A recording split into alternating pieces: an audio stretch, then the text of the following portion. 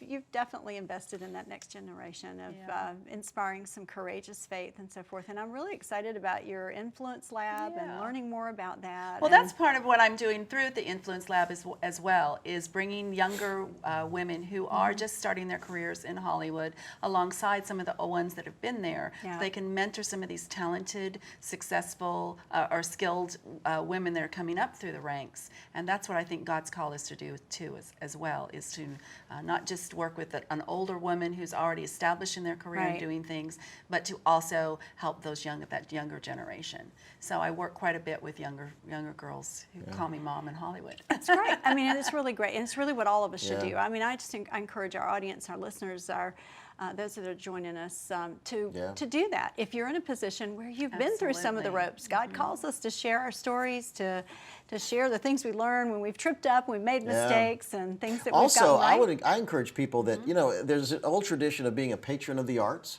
and the truth is anybody could be a patron, which simply means find a talented young filmmaker, a talented young musician, a talented young writer or an artist in your church or your community, and help them, support them a little bit, help pay for their tuition, help get them a job, or help support them so they can really pursue what God's called them to do.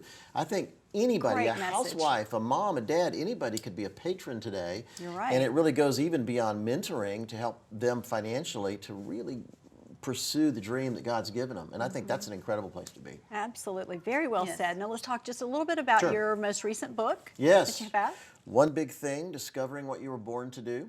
I love it. I love the title. And really, do we ever really discover what we were born to do? Or Well, does it change as we go along?